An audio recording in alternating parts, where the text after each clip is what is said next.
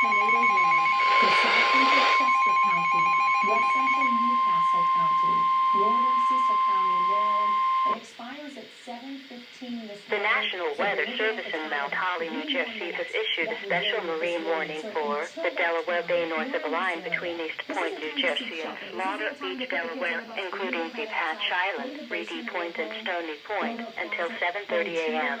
At 7:07 a.m., the National Weather Service Doppler radar indicated a line of thunderstorms producing strong winds 34 knots or greater from 6 nautical miles northwest of DePatch Island to Stony Point, moving northeast at 40 knots. These strong thunderstorms will otherwise remain away from significant coastal landmarks over the indicated area.